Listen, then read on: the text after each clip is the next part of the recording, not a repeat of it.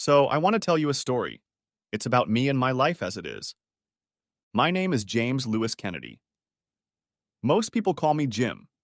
I have a mixture of Scottish and Irish roots. I like to think of myself as an intelligent and determined person. I have a strong work ethic and a well-developed sense of right and wrong. I generally don't put up with bullshit. My ancestors, if they could speak from the grave, would tell you about the determination of the Scottish people. Just look at the constant drive for independence that is still deep in Scotland today. My father was a man who did not put up with stupidity, and although he is no longer alive, I remember his lessons well. My mother is alive and well and lives in Arizona, far from the snow and rain of upstate New York. She lives with her sister, also a widow. I talk to her weekly. I have a younger brother and an older sister, but they are scattered across the country with their own families and busy lives. Now back to my dilemma. You see, a few months ago I discovered that my lovely wife of 9 years, Laura Grosvenor, had been seeing other men, yes, plural, for the past 4 years. It seems that one day she decided that I wasn't a good enough husband for her, and her needs exceeded what I could provide. I'm not one to cry into a beer, so I decided I needed information. And I got the information. From two sources. First source, an investigator. I paid to investigate my wife's extracurricular activities. For my $2,500, I received confirmation that my wife was having weekly intercourse with another man, with a guy named Jason McDonald. She was having fun with him, or he with her, at hotels, houses my wife was selling, and his apartment on the edge of downtown. We live in Albany, the capital of New York State. Second source, an attorney. Armed with information about my wife's activities, I contacted family law expert Leanne Miller, a friend of mine. Yes, I know, you get what you pay for, who told me that I would be at a financial disadvantage in a divorce.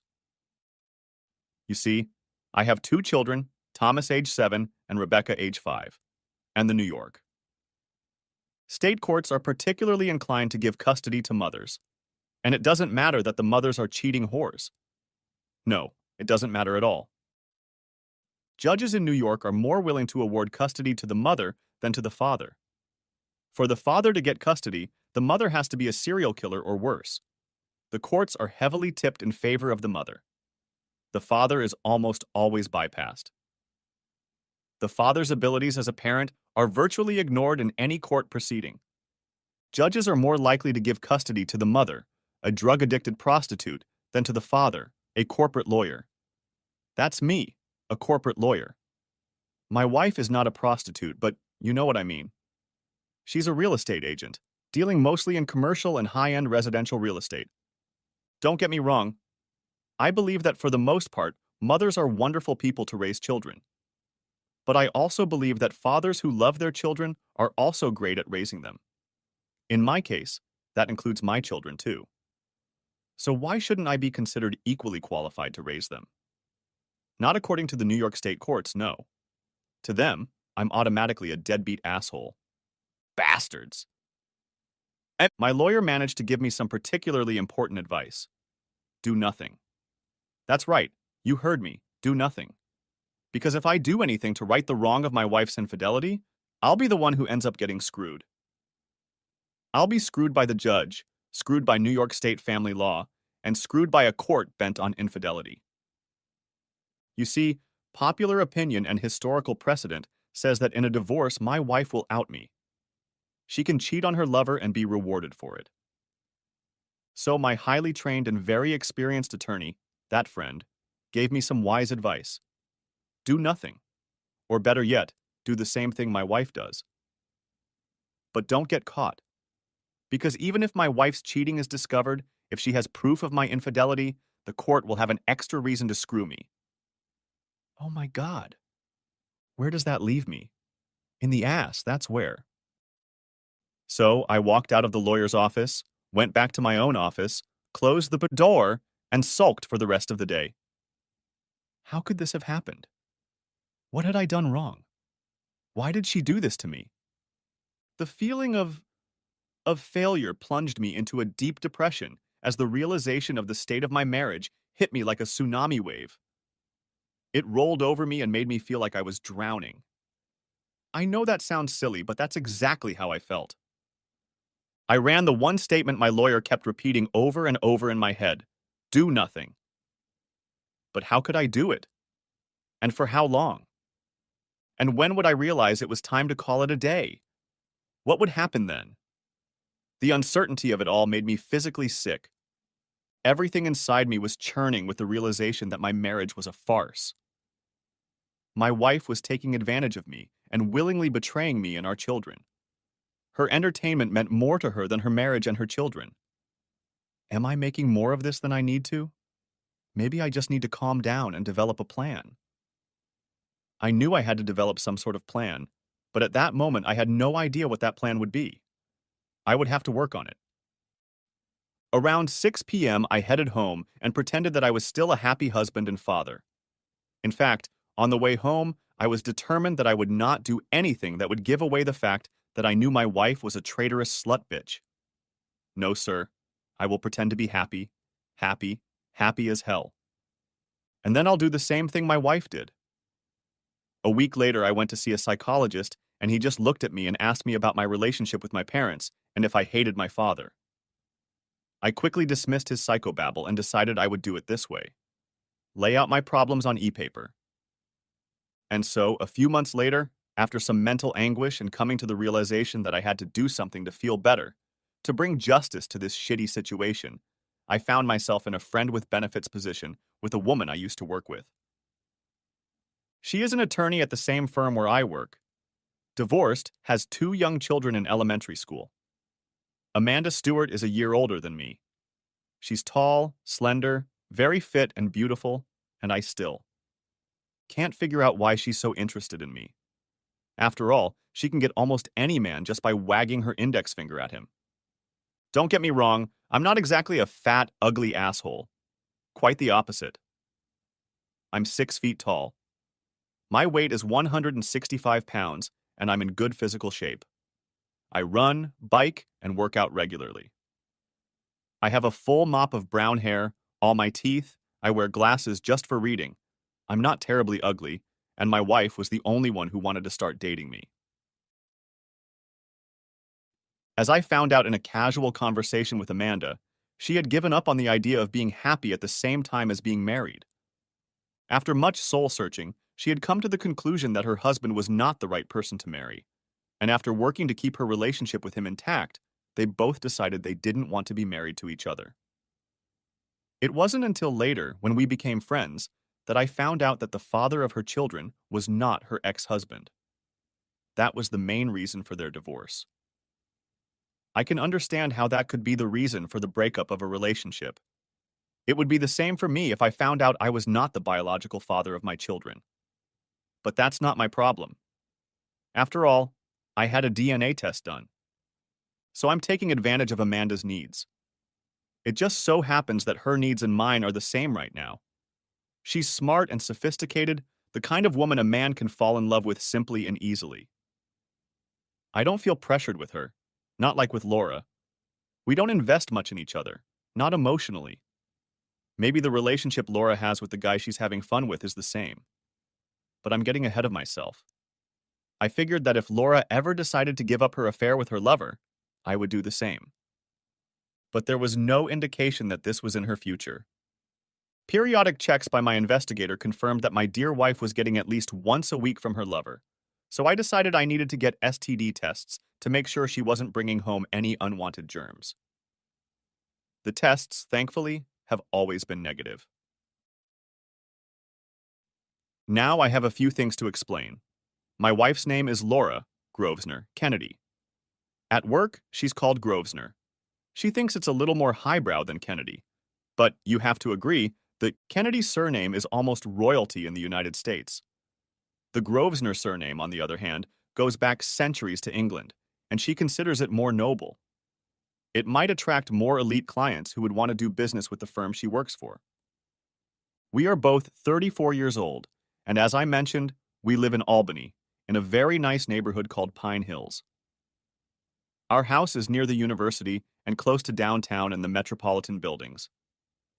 It doesn't take me long to get to work, just a few minutes. Laura's office is near mine downtown, but since she has to leave the office often, she drives her car to work. I drive a 3-year-old Subaru Outback, and Laura has a new leased Mercedes. On the surface, we lead perfectly normal lives. We are busy with the kids, careers, and all that daily life requires of us. The house is about 80 years old, but has been thoroughly updated and renovated over the years. It is a 3-story home built in the Queen Anne Victorian style.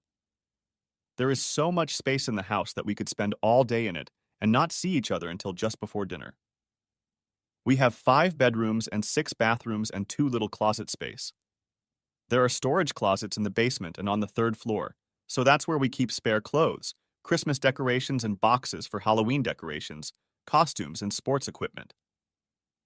I have a detached 2-car garage at the back of the property that also stores gardening tools. Laura is constantly painting or remodeling something. The small bedroom next to the master bedroom had some walls knocked down and became a walk-in closet for the master bedroom. It had that upper-middle-class homey feel to it, and we thought we were doing well. Or at least I thought we were. I was clearly wrong. Laura was missing something. Some time ago, I started piecing together little things that one day added up to a suspicion that Laura was having an affair on the side. She was very good at hiding it. When she came home, it was almost impossible to see any outward signs that she had spent 2 hours after dinner having fun with her boyfriend. We made dinner for our family and talked about the day we had spent. We made plans and discussed the schedule for the next few days. It was all painfully routine and boring. Maybe that's just the way it was. Normal and boring. No excitement. Everything was fine until I discovered her second cell phone. I was looking in her purse for her car keys to move her car since it was blocking the garage door, and I needed to move it aside to get some shit out. And there it was. It was turned off. Then I turned it on. It was secured with a 6-digit code to open it.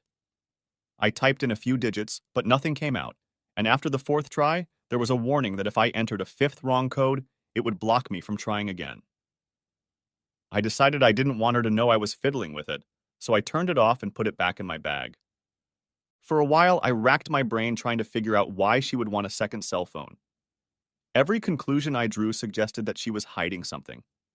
What exactly, and why was the $64 million question? It plagued me for days. I analyzed every aspect of our lives, our marriage, and our work, trying to find the answer. In the end, I decided not to bring it up, but to get more information. That's when I brought in an investigator. What they told me was my biggest fear. Laura clearly wanted more. She wanted a thrill in her life, and I wasn't the guy she wanted that from. I mean, if you're bored, the normal thing to do is suggest a change of routine. Start a new hobby, go on a trip, volunteer for some good cause, and maybe get active in the community. But no, Laura decided to start having fun with another guy. How am I supposed to deal with this? I racked my brain for a solution. The lawyer in me understood that I needed to approach the case as logically and unemotionally as possible. But that didn't take into account my children. With the unemotional approach, I had to confront Laura and demand that she end it under threat of divorce. But what if she decides she doesn't want to stop? What then? What if Laura decides she wants a divorce and fights for control of the children in a protracted battle? Who wins and who loses? Well, the lawyer in me can tell you that we will all lose, everyone except our legal representatives. They win for $300 an hour while we fight. Over who gets what furniture and how many minutes each of us gets to spend with the kids, on what days and where. No, the kids lose first, and so do Laura and me. No, if we break up, it will be done on mutual terms and in a way that doesn't burn everything down. Thus, I went back to what my own lawyer had advised. Do nothing. I pondered this for several weeks, all the while trying to figure out why my wife chose to have fun with other men. What were my shortcomings? Was I paying enough attention to Laura? Had the romance disappeared from our marriage? Was I just too stale and boring for her? The self-doubt was killing me. But as I tried to make sense of it all, I decided I needed to step up my game a little. I had to do something. What exactly? It wasn't immediately clear at that moment, but I got started. I usually try to exercise 2 or 3 times a week, but with the increased stress, I realized I needed to increase my workouts. So I'm running a lot more than I used to. I get up at 5 a.m., put on my sneakers, and head out to the treadmills in my neighborhood.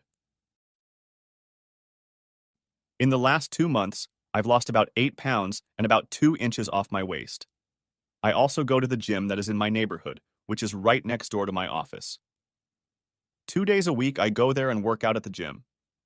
I've had a few sessions with an instructor to push me and make sure I don't injure myself early on by trying to pump too much iron. I started with lighter weights and gradually progressed to harder weights. It was a slow process, but I started to notice an increase in upper body strength. Since I had become unattractive to my wife, I wanted to try to increase my attractiveness. By improving my fitness, I wanted to let her know that I wanted to be noticed. It was something like, "Look at me. I'm trim and desirable. I have 6-pound abs," or something like that. I tried taking her out for romantic dinners alone, but her damn cell phone kept buzzing and ruining the mood. I tried sensual massages in bed with warm oil, candles, quiet music, and wine. Once again, that damn phone ruined everything. I tried turning it off, but when she caught me, she complained that she might miss an important call or an email from a client. Everything I did ended badly. Anyway, we all got used to the new routine. And I have to admit that even it became routine and boring, at least for me. What was the point? Laura and I kept secrets from each other. She got them from Jason on a regular basis, and I'd started a revenge relationship with a woman who until a couple years ago had been a serial cheater. So all my notions of taking the moral high ground were now proven to be a myth. I was just as bad as she was. But somehow it felt like the right thing to do. 6 months later. So, for the past few months, things continued pretty much the same as before. I asked the detective agency to keep checking in periodically, every 2 or 3 months, to see what Laura was up to. She was still having fun with her lover once or twice a week. Knowing this, I decided that I would not be in a hurry to end Amanda and I's extracurricular activities. In fact, over the past few months, Amanda and I have gotten a little closer, closer to the point where she got to know my kids and I got to know hers. I'll come back to that in a minute. At home, over dinner with the kids on Thursday night, Laura told me she was going to a conference in Las Vegas for a week. It was advertised as a national realtor event to get together and share information, analyze what was working in the industry, and let everyone know about changes in laws that were affecting the industry, and perhaps better ways to sell homes in blighted buildings that no one wanted. In reality, they would set up at a fancy resort with a monster pool, have a blast, get together late in the morning when they were severely hungover, drink a few cups of coffee, pretend to pay attention to a pointless and boring PowerPoint presentation, and then plan a party for that day. Her realtor conventions were always thinly disguised party weeks. I knew this one would be no different, so I decided now was the time to change things up a bit. Time to show Laura what she was risking. Who am I trying to fool? Laura was a smart woman and knew exactly what she was doing. She didn't just wake up one day with a stupid disease. She's a big girl and knew the risks and rewards that caused her to venture into our marriage. This convention coincided with spring school vacation. We had talked about taking the kids to Disneyland in Florida, but somehow completely forgot about it when this convention showed up on her calendar. My frustration with her growing selfishness and lack of concern for her family came out. I thought you agreed that we were going to go to Disney World with the kids this year. The look on my face said completely that I was mad at her for going to Las Vegas when we had already made plans to take the kids on spring break. This is very important to me, Jim. Besides, Becca's too young to ride some of the rides her brother can ride, and you know that if she can't do everything he does, it's only going to mean a fight. Wait, we can handle Becca if we explain it to her. She's a very smart kid and understands all about safety. I really don't understand why you're putting another real estate deal ahead of your family. She let out a huge disappointed sigh and rolled her eyes. The company wants me to go, and they've already booked the flight and hotel, so I don't want to talk about it anymore. I'm going to the conference period. The rest of the night passed very quietly in the house. After putting the kids to bed, I took a long hot shower and went to bed with a million thoughts in my head. I didn't sleep very well that night, but an idea occurred to me. Some kind of fundamental justice, it seemed to me. So a couple of days later, I talked to Amanda and pitched her the idea of the two of us going to Disneyland in Florida for a short vacation, my kids and hers. I hadn't said a word to Laura about it. After talking a bit about logistics, Amanda and I decided that's what we would do. So we booked the plane tickets and the resort, and in a couple phone calls, we had everything set up. Laura was barely out the airport doors before I had already started packing up the kids and getting them ready for the trip. To say they were excited is a massive understatement. I told them that we would keep it a secret from Mom for now, and they smiled their beautiful baby smile and nodded in agreement. So, the day after Laura went off to party poolside in Vegas with all the horny real estate agents, Amanda and I, with 4 kids in our arms, boarded a plane to Orlando. One of the airlines has a non-stop flight that takes just under 3 hours. Without much effort, by mid-afternoon, we were in the warm sunshine and the kids were happily playing in the pool. This was new to Amanda and me. Our kids had met before. It was a Saturday in downtown Albany, and we met by chance. We ended up having lunch together, and the kids got along great. Lunch was at a fast food place that had a playground for the kids to burn off sugar. Amanda and I had a very different conversation from our normal interactions. She told me a lot more details about her marriage and the path to its demise. She also talked about her commitment to her children. After her divorce, she realized that she had made some very serious mistakes, but she wanted to be a good mother. She loves her children very much, wants the best for them, and tries to provide that. I talked about the betrayal I felt when I found out about Laura's infidelity and her cheating on Jason. I could see that she was listening to me intently, not even taking her eyes off her children. I tried to watch her face to see what she was thinking. She was totally in lawyer mode. She had to tell me some of what she was thinking. You know, Jim, your life is very much like an open marriage right now. You just haven't told each other about it. Are you sure you want to live like that? I looked at her. I haven't told her about it yet because, honestly, I don't want it to mess up those 2 kids' lives. I don't want to turn into a father who only spends a few weeks a year with his kids. Everything I've read says that in divorce, the children are the ones who lose the most. I can't take that risk. At least not yet. I exhaled deeply, since I hadn't been breathing at the last minute as I spoke. I knew that eventually Amanda would want to move away from our FWB relationship. That's just the way she is. Mentally, I knew she wasn't a big fan of monogamy. I figured that the longer we continued our relationship, the more likely it was to end. She would want to move on to a new FWB. But she didn't. So there we were in the happiest place on earth with 4 kids and pretending to be one big family. I had booked 2 adjoining rooms at the resort. One room had 2 double beds, and the other had 2 sets of bunk beds for the kids. I had to splurge a bit to get the resort to provide the rooms and beds I wanted, but it worked out. It's amazing what a small amount of money can do. We spent the morning and afternoon walking around the huge park and visiting as many rides as we could, and then when the kids were tired and hyped up, we went back to the hotel to cool off in the pool. By the time dinner was ready, the kids were ready for bed. This meant that Amanda and I could enjoy time alone, and we usually had a drink and a meal and then each other. The 5 days at Disney World were great.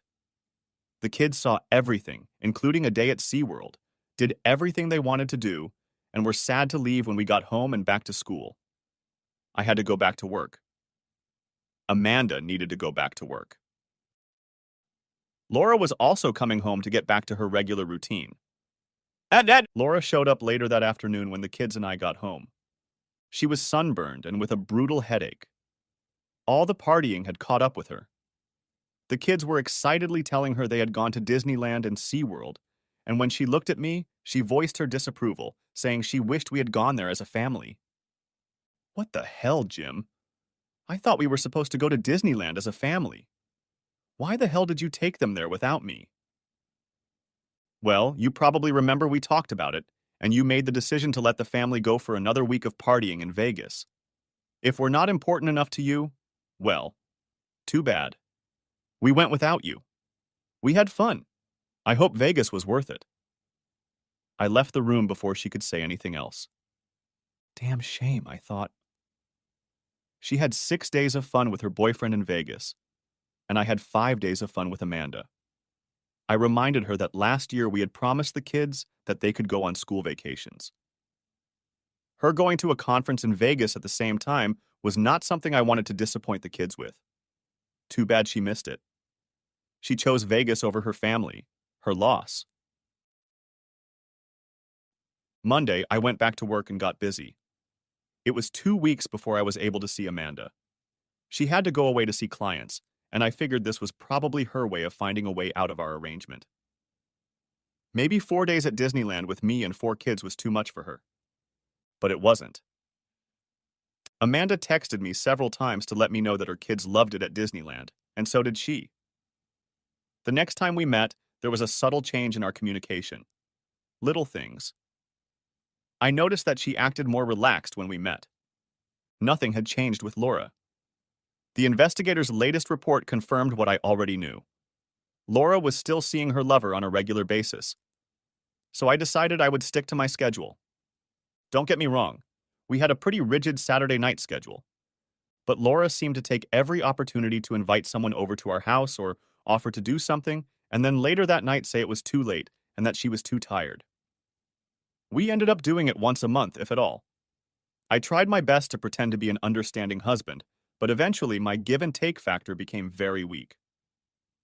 Laura was the one who started the journey, and I was good at anticipating the potholes. Next chapter. 8 months later. So, there have been a few changes in my life. Wow, that's a lot of changes. So many changes that I don't know where to start. So, the first big change. About 7 months ago, Laura announced to me that she was pregnant. She broke the news to me about a month after the convention in Vegas. I am almost 99% sure that I am not the father of the child. She and I had had so little contact in the months before that the likelihood of it being my baby was slim to none. Nevertheless, I planned to wait until the baby was born and take a DNA test. A local lab in Albany would have the results in 24 hours. Laura is now heavily pregnant and, although still working, has greatly reduced her work hours. She still sees her boyfriend every week, and that has not changed. If the DNA tests confirm my suspicions, I hope there is room in his one-bedroom apartment for Laura and their baby. After Laura announced her pregnancy to me, I met with the lawyer again and reviewed my options. A DNA test to prove parentage was important, or I would likely be paying child support for years. Under New York state law, any child born in a marriage between a man and a woman is automatically considered a product of that marriage. Therefore, this means that the law considers me the father unless I can prove otherwise. So a DNA test, once the baby is born, will be on my personal priority list. My attorney suggested other tools to use after the baby is born when the DNA test proves parentage. More on that later. Next chapter. Laura. I'm in deep shit. I'm pretty sure I got pregnant in Vegas at a convention. There was a guy there that I've seen at other conventions, and I've wanted to sleep with him before, but I've never had the courage to do it. This year, I let alcohol and my own sanity take over and had fun with him. For 3 days. It was a mistake. It compounded my previous mistake when I was busy and forgot to refill my prescription for birth control pills last month. I thought it would take me more than 3 months to get pregnant even without the pill. At least that's what the literature that came with my prescription says. But in the fine print, it also says that women on the pill can get pregnant sooner in rare cases. Apparently, I was that rare case. When the baby is born, it will be clear to Jim and everyone else that he's not the father. Shit. What am I supposed to do now? My husband will disown me. He'll probably kick me to the curb. I suppose I deserve that, but still, we are a family and I deserve some consideration. I will fight for my kids and threaten him if I have to. I want us to be a family. If I can convince Jim to forgive me and be a father to this child as well as our other children, then maybe we can get through this. Maybe. Confess now or wait. Next chapter. Amanda. I learned a big lesson from my short marriage to Michael. His new wife, Rebecca, was the benefactor of my stupidity. She waited and watched me self-destruct and then moved in with him and took Michael for herself. She was patient and careful, and in the end, she won. And I decided to follow her example. But then I wised up. I decided to bide my time and, when the time was right, make my move. I wanted a husband, a man who would be mine, and I was ready to be faithful to him. Jim was everything I wanted to see in a husband. In many ways, he is very similar to my ex-husband Michael. His sense of loyalty to those who are loyal to him is very strong, and his sense of duty to his children is carried by him. Perhaps it is his Scottish and Irish heritage. Nevertheless, I decided to wait and see if his wife would. Burn the marriage down, and if she did, I would be ready to make my move. Well, the time has come. You can criticize me for my past, fair enough, but I have learned my lesson, and I do need a new life with a man I can be a wife to. I don't want to say I'm a perfect person now, I'm definitely not. But I have become a different person. Last year, when I got to know Jim better and saw what he was really like, I decided he could be the one. A trip to Disneyland with all the kids pushed me to make a plan. I didn't really have to do anything. All I had to do was bide my time, let Jim know how I felt about him, and prepare for the next step. My kids were already asking me if Jim's kids would be their new brother and sister, and if Jim would be their daddy. It couldn't be clearer. Next chapter. Jim. Laura called me at the office to tell me that her water broke. I rushed home, grabbed my hospital bag, made a couple calls to have the kids picked up after school, and we headed to the hospital. Baby number 3's labor is usually much less than baby number 1 or 2. The doctor told us that he thought this baby was going to be large, so we shouldn't expect labor to be fast. Doc was wrong. The labor went faster than they expected. It was only a few hours from the time we arrived at the hospital, and the baby girl was born. Yes, a girl. And what was our surprise? The doctor who delivered the baby was wide-eyed as she handed the baby to the nurses to clean her up, weighed and measured her, made sure all airways were clear, recorded all vital signs, and wrapped the baby in a warm blanket. The doctor tried to watch my face closely as the nurse handed the baby to Laura. My suspicions that I was the baby's father were immediately realized. Laura took her daughter in her arms, and the look on her face as she got a good look at the baby, I will never forget. She looked at the baby and immediately shifted her gaze to me. I think the look on my face speaks for itself. My expression was blank. My mouth was tightly clamped shut, and now I was about to learn the truth. I heard Laura sigh, realizing that her promiscuity had been exposed. I turned and left the room. I heard Laura call my name, but I ignored her. I walked over to the nurse's station and asked for forms to fill out the birth certificate information. I filled out the form carefully, making sure I put in Laura's name and date of birth as well as all the other information. When I got to the father's information, I wrote an unknown and left it at that. The nurse took the forms from me and looked over them cursorily, and when she got to the father section, she looked at me. I just nodded and turned to leave the hospital. I never went back there again. 2 days later, Laura and the baby arrived home, courtesy of her friend Kelly. She was curious as hell to know what the story was. She kept quiet as she helped Laura get the baby and bags into the house. When she saw me, she didn't say a word, just nodded at me as if to say, "It's your problem now, good luck." I left Laura alone for most of the day, and about the time the kids were due home from school, she found me in the home office and asked, "So, what do you want to tell the kids when they ask about the baby?" I exhaled. You'll tell them whatever you want to tell them. Laura didn't know it, but I walked into the real estate office where she worked and talked to a coworker I knew she had gone to a convention in Vegas with. After a frank conversation between us, in which I practically accused her of having fun with her husband in Vegas, she reluctantly gave me the name of the man Laura spent most of her time with. Armed with that knowledge and warning her not to tell Laura what she had told me, or I would be easily predisposed to share any information with her husband about what they were doing in Vegas. And I know that's not very high on the scale of ethical concerns, but it was all I had at the time, and it seemed to work. Back to the first problem. What to tell the kids when they ask why their new sister has such dark skin? I began to think through a plan of action for me and my kids. Part of me wanted to publicly out Laura as a cheating slut, but I knew I didn't need to do that. She would do it on her own. Once her family and mine saw the baby, it would become abundantly clear that I was not the father. And then what? I called Mr. Glenn Duncan, a real estate agent in Houston. Duncan was well known in Houston. He was an NFL player.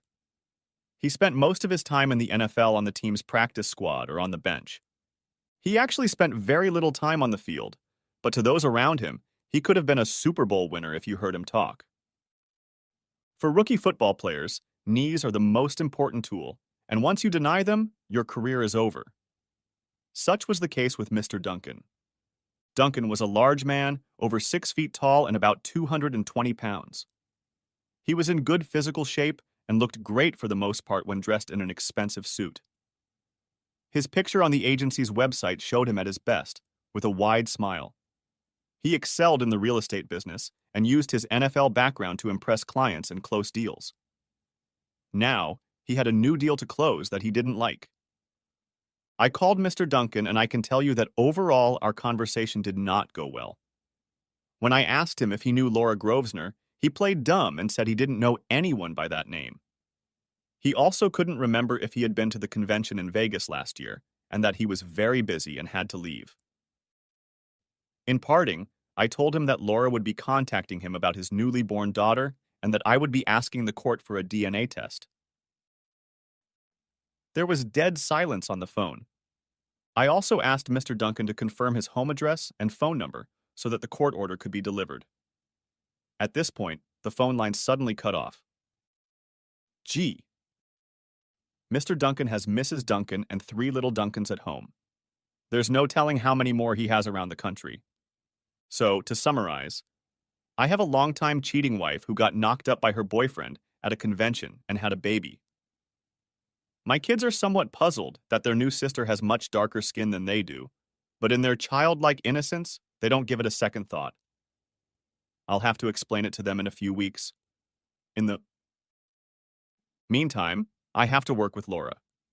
Our future together may be in doubt. Next chapter.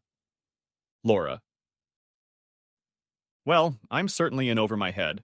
I need to talk to Jim and see if we can work this out. He's usually a very reasonable man, and there's no reason why he can't be a father to this child as well. In time, he will be able to accept her as his own. I can call Glenn and let him know it's a girl. I talked to him after I found out I was pregnant, but he wanted nothing to do with me at all. He practically hung up on me and even suggested that if I tried to contact him, he might take some legal action to stop me. That's a beautiful what if. This man professed his love to me in Vegas. Jim has been avoiding me as much as possible since the baby was born. He is perfectly fine with our children, but refuses to touch the baby. When the baby cries, he just looks at me to do something. In fact, after he puts our older 2 to bed, he spends most of his time in his office. Jim has moved out of our bedroom. He moved his stuff into the closet in the spare bedroom on the 3rd floor and all his toiletries into the bathroom. He set up a crib in the master bedroom where I still sleep. I know that in a few weeks he will calm down and want to talk about it. I'm going back to the gym and getting rid of the remaining pregnancy weight. Jim is spending more time out of the house with the kids. He says they take a lot of walks in the park. The kids come home and want to tell me about what they've seen and done. I am here most of the day and night taking care of the baby. I need a shower. Next chapter. Amanda. In my marriage to Michael, I learned an important lesson. Just when you think you've won, you lose. Michael's new wife, Rebecca, was patient and waited for me to screw up. And when I did screw up and failed to fully realize it and take action, she took action. That's why she is married to a wonderful man and has 2 children with him. They live somewhere in Scotland, in the Highlands, I think by the ocean.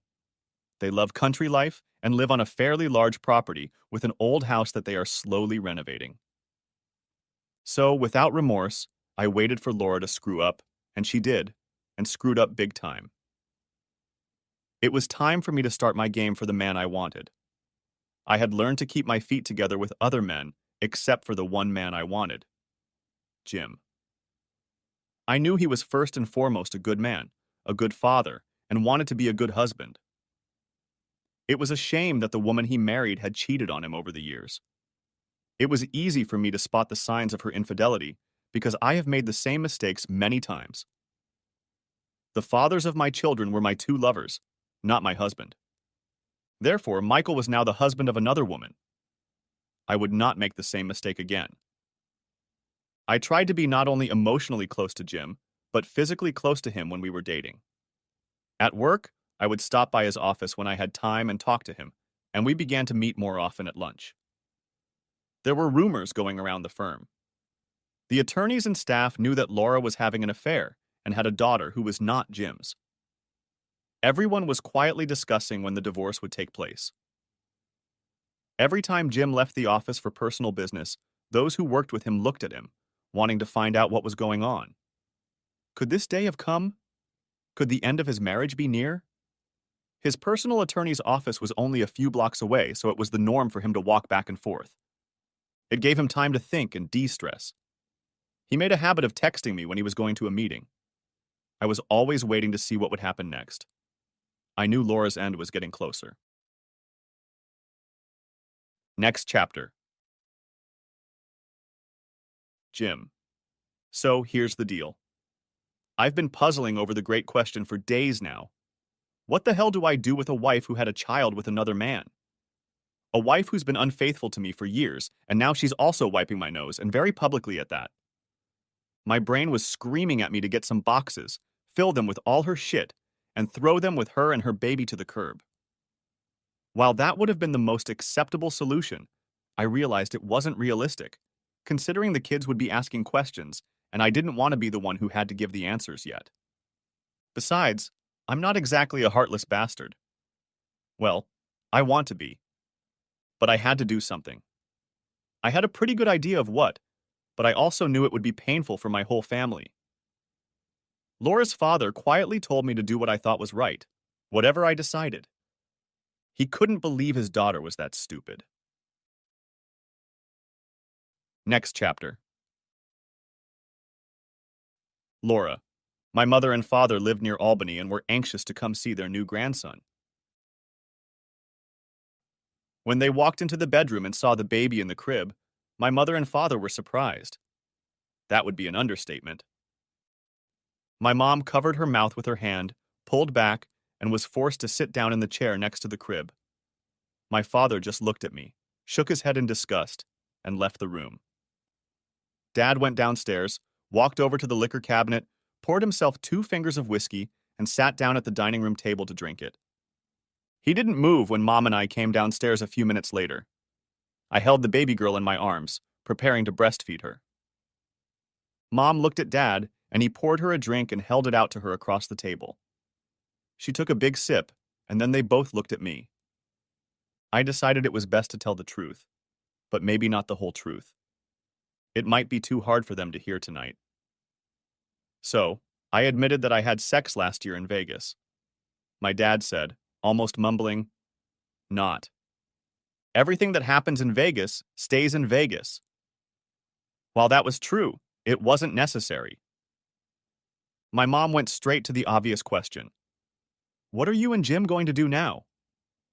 I exhaled before answering. "I don't know." My mom looked at the table and asked, "Are you leaving him?" I threw my head up. "No." She continued, "Is he kicking you out?" Since the baby was born, we haven't said more than a few words to each other. He spends as much time with the kids outside the house as he can. He moved into the spare bedroom, the same one I was going to use for the baby. That's why the crib is in the master bedroom. Mom shook her head. Dad just stared at the table. Both of them weren't even breathing. Mom summed up her thoughts. God, how could you be so stupid? I thought we raised you better than that. Her comment was an affirmation, not a question. I sat there without saying a word. My mother had put the question squarely on the table. Would Jim make me leave? I hoped he would listen to reason and be a father to this little girl.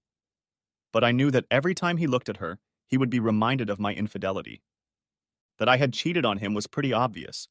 We didn't talk about it at all. He avoided me at every opportunity. And I couldn't blame him. What man would want to be reminded that his wife was pregnant by another man? And then there was the product of that affair. Not that I had a long-term affair with Glenn. He was well known in the business. He was a very pleasant guy to talk to, always able to compliment women. This time I drank too much and ended up in his hotel room the first night of the conference. We spent the next few days together, and it was wonderful. All the usual household chores. Work, kids, husband were forgotten, and I just enjoyed the attention he gave me. At the end of the conference, I returned home, barely able to keep up. I knew I had to clean up before the flight, and then get ready to meet Jim and the kids. When I got home, the kids quickly told me that they had just gotten back from Disneyland in Florida. I told Jim that Disneyland was something I wanted to do with my family.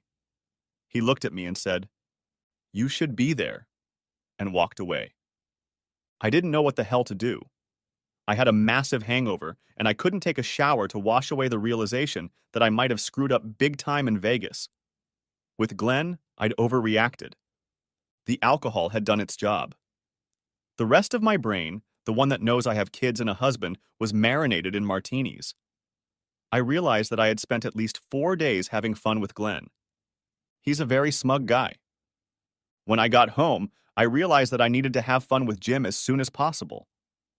I thought it would help bridge the gap between us, a gap that had been growing for some time. Maybe he knew about Jason too. And then I know that Jim and I hadn't been very close to each other lately, and it was affecting our family life. At the time, I thought that spending more time with Jim and the kids was something that should be a priority. A few weeks later, my period disappeared, and I started experiencing morning sickness. I realized I was pregnant and decided something had to be done. I should have had an abortion. But I didn't. I quietly prayed, "Please, God, let this baby be Jim." But it wasn't. Next chapter, Jim. To answer the obvious question of, what the hell am I supposed to do, I decided that seeing a lawyer would help me better understand the problems I was facing. You see, my brain was completely convinced that divorcing Laura was my only option. That is, it would be very difficult for me to be the father of her child when it was clear to everyone who saw us that she was pregnant by another man. A biracial child from 2 very white parents is somewhat obvious. At first, I thought the father might be Jason, a guy she regularly partied with. Obviously, it wasn't him. She had been unfaithful to him as well. I had to laugh about it. I know what you're thinking. This is the 21st century, and my attitude is extremely racist. It has nothing to do with race. It has to do with the fact that my wife got pregnant by another man. The child is innocent in all of this. The child has no choice of parents. His mother and father are who they are. The fact that the mother is white and the father is black is not the issue. The issue is that my wife had a child with another man. I think it's very simple.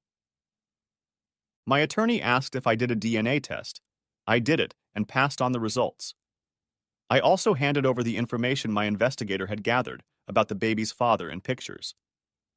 We then had a heart-to-heart talk about New York State family law and what it meant to me, especially now that Laura so obviously had a relationship with another man while we were married. I told Leanne that my first priority was my 2 children. I wanted full custody of them and was willing to go nuclear to accomplish this. I was prepared to declare that Laura was an unfit mother, use all the evidence my investigator had gathered, and therefore custody should be mine. I was wealthy enough that I could afford to fight if necessary and hire a part-time nanny to watch the child after school. There were several precedents in court that allowed for this.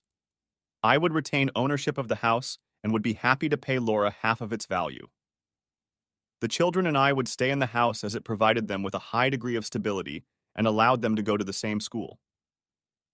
The youngest was already in school, which meant that the main issue was after-school babysitting.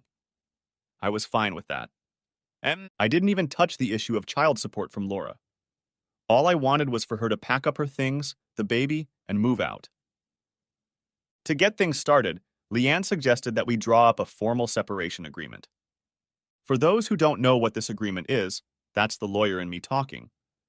I will say that a separation agreement is a legally binding document that is essentially a precursor to a divorce. You could say that it gives couples some respite to live separately and decide if they want to save the marriage. The truth is that most CAs become a template for divorce, as few couples actually get back into a marriage. I think it's really a step-by-step divorce. I wasn't sure that SA was what I wanted. I thought the SA stage was just putting off the inevitable. Why put things off until later? Leanne decided that CA was a way to find out if the child's father was willing to recognize the child as his own and provide financial support. Also, California was a way to evict Laura from the house and give me and the kids a chance to see how we would live on our own. I would love to allow Laura free visits with them. I imagine it would be more difficult for her to take care of the baby and kids every other weekend on her own. For the past couple years, Laura has left the bulk of the child-rearing responsibilities pretty much to me.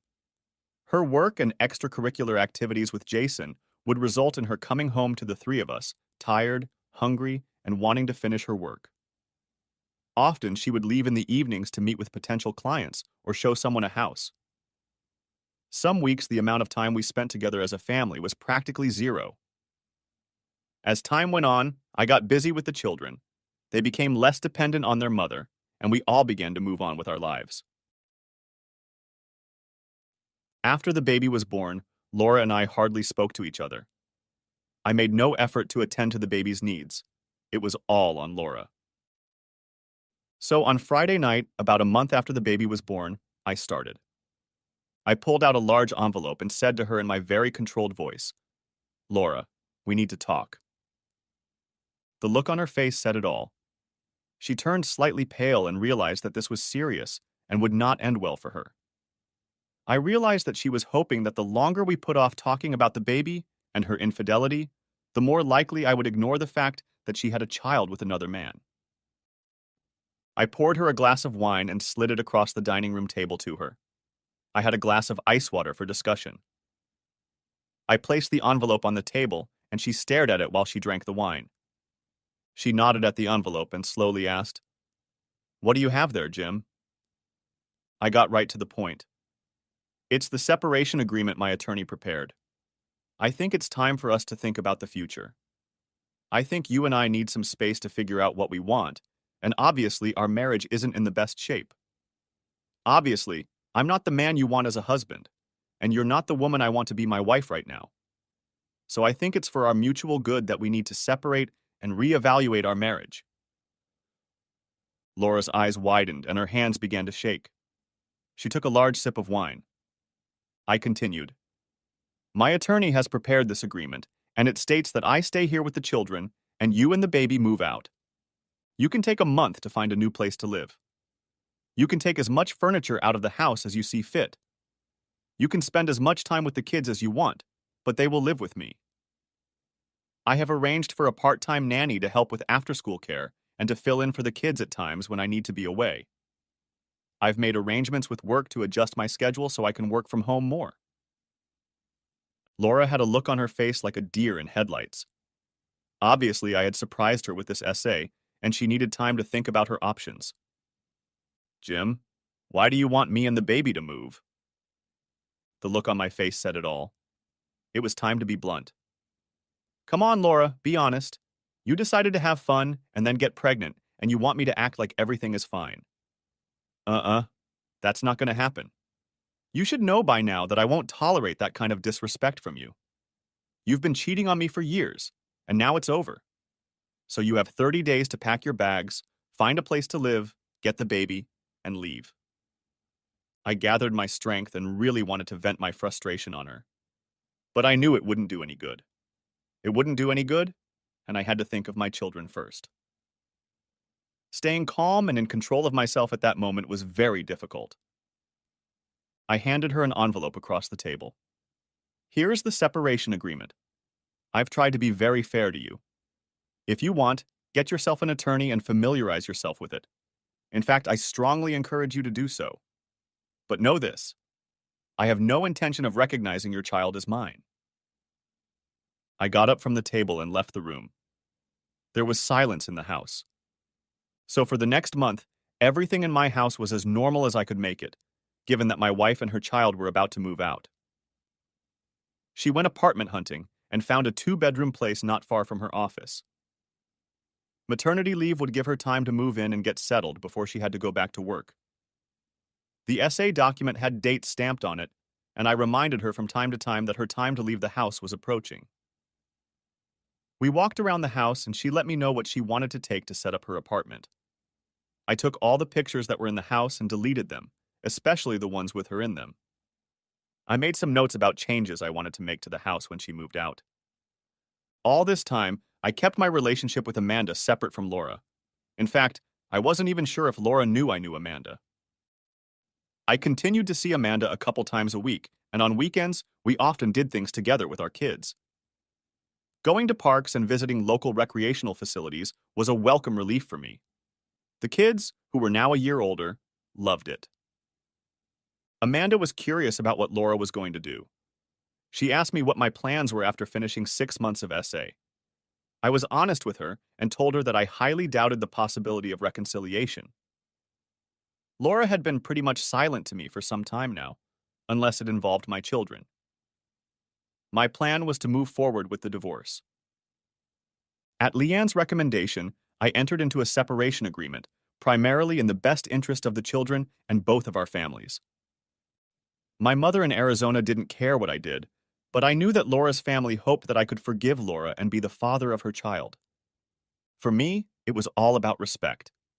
Without respect, there could be no marriage or relationship. Without respect, I couldn't call her my wife. I couldn't trust her with my interests and the interests of my children, and I knew her interests were not in my heart. No, the marriage was over. Amanda watched me carefully. She knew I was hurt and vulnerable, but I finally realized that I had to take things slow, take care of the children, and make sure they had a stable home in life. And that's exactly what I did. Next chapter. 6 months later. Laura, I've been living in this apartment for a while now. Jim let me bring enough furniture with me to make it comfortable. He gave me the bedroom furniture, lots of kitchen stuff, dishes, a kitchen table, and chairs. When the moving company packed up all my stuff, I looked around the house and realized I would miss it. I would come back here to pick up my kids, but I would never live here again. It was painful to realize that my stupidity had cost me my family, my home, and the life I thought I would always have. Why couldn't I just keep my cool around men who seemed attractive? Then, I decided that I could have fun with them, and as long as it was done away from Jim, there would be no problem. Everything was going great. Until I got pregnant. Now I live in a 1-bedroom apartment. I'm pretty much a single mom, and I have no time for a social life. I haven't had any in months. I have to go back to work next week, which means I have to look after the baby. My family has pretty much stopped calling me. People in my office saw me off with strange looks when I went there a few weeks ago. I haven't been able to shed the post-pregnancy pounds as quickly as I'd like, and money is tight. I had to give up my leased Mercedes, and now I have a Volkswagen. I noticed that Jim still drives his Subaru. Some things don't change. He is the stable rock that I have become accustomed to. I expect to get my divorce papers delivered soon. The separation agreement expires in a couple weeks, and as far as I can tell, Jim has no intention of forgiving me or reconciling. I tried to talk to him about it the last time I saw him when he was picking up the kids for the weekend, but he just looked at me, turned, and walked away. I understand what he means about respect. I'm just realizing it a little late. Next chapter. Amanda. Well, it's time to take action. The man I want is now divorced from his ex-wife and is easily adjusting to single parenthood. Jim is so organized that he manages to keep up with the kids, work, home, and even a social life. His social life consists mostly of me and my kids, and that suits me just fine. We spend a lot more time together and do things almost as a family. My kids and I started spending more time at Jim's house, even sometimes staying at his house on the weekends. I realized that I wasted my time with Michael, and I don't want to make the same mistake with Jim. Michael was a good man and would have been a great father to my children. It's too bad he didn't become their father. My sense of self-worth was so great that it overrode common sense, and I decided I could have my cake and eat it too. So I had ongoing relationships with several different men, and then the big thing happened. I got pregnant, and twice. When Michael found out and confronted me about it, I blanched and refused to talk to him. He walked away and said that if and when I was ready to tell him the truth, I should call him. I was so ashamed of myself for not calling, and he stopped waiting. Eventually, when I found the courage to talk to him, he had already left and found a woman who loved him, and only him. I was so stupid. I wouldn't make that mistake again. Now the man I wanted was free and could be mine, and I could be his. But then a new complication arose. Next chapter. Jim. So now I'm divorced. I'm a single father with 2 growing children. I'm a lawyer specializing in business and tax law. It's boring as shit, but it pays really well.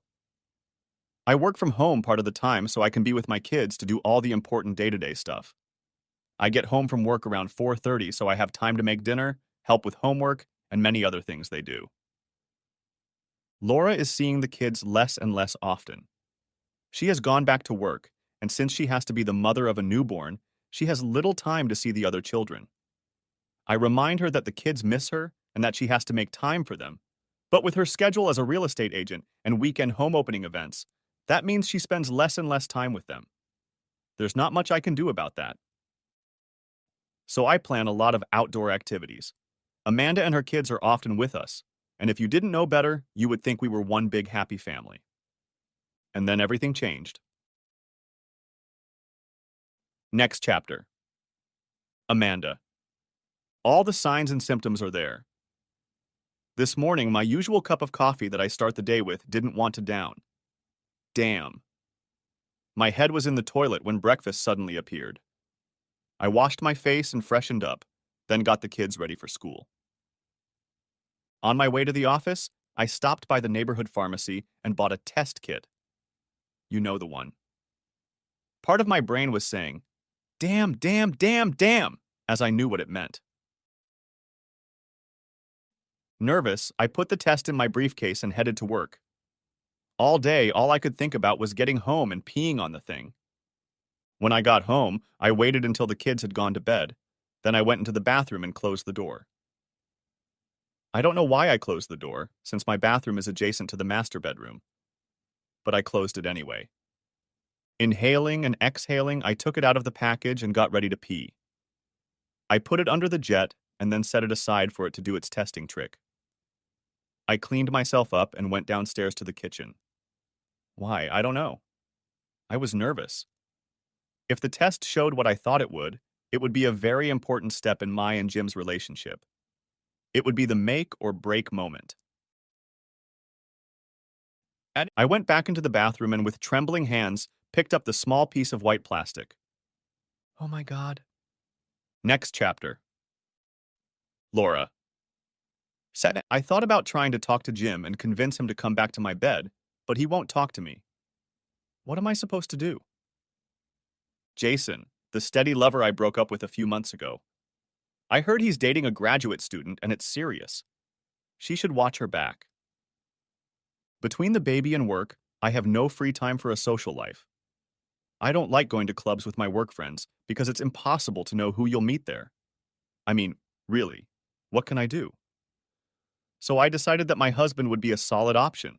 I mean, I still love this man. He's the father of my two children, and I know deep down he cares about me. I decided that I had nothing to lose by trying to talk to Jim. I needed to plan this carefully. I needed our meeting to take place in a neutral place, and I needed to make sure I didn't have a child with me. So I decided to take him out to dinner at a restaurant I knew he liked. There is a restaurant downtown called the Beer Barn. The name is a little misleading. It's a very classy yet casual place with a good menu of the kind of food Jim likes and a staggeringly long list of beers. I know he really likes the place, so I decided to suggest he meet there. I called him and suggested we meet. Surprisingly, he agreed. Since Emma was born, we had hardly exchanged a few words with each other. So I had to be very careful about this important meeting. It was a last-ditch effort to save a broken marriage. The paperwork was complete, but I believed we still had a chance. As long as we still have children, we still have a chance. And I still need one. Next chapter. Jim. I was torn between going or not going to see Laura. At the end of my internal debate, I decided I had to get over my frustration and talk to her. The kids were my first concern, and this attempt by her to talk to me could be related to something she needed to tell me. And while she could have easily relayed her concerns about the children through her attorney or even called me, I believe we could have been adults and talked face to face. So I decided to meet her at the beer barn, but I figured I'd bring some helpers with me. Next chapter. Laura. When I got to the beer barn, I saw that Jim was already there. There was another woman with him. She was blonde and very good looking. They sat across from each other. They were holding hands. Holy shit. When I approached the table, they stood up and she moved to Jim's side. The introduction was a little awkward, as you can imagine. I didn't realize there would be anyone else with him. The expression on Jim's face was calm, and he smirked slightly. I realized that my plan to convince him to come back to my bed and for me and the baby to move in with him and the kids had failed. Jim introduced the woman, Amanda. She was good-looking and, as far as I could tell, about the same age as us. She was silent, not saying a word, but watching me like a hawk watching a dainty mouse. I knew immediately that I had lost. Jim ordered me a drink and took the liberty of ordering food for all of us. He knew this Amanda well enough to know what she liked to eat. When the food was ordered and the drinks were delivered, Jim began, "So, Laura, what did you want to talk about?" I stammered and stuttered, trying to come up with some nonsense.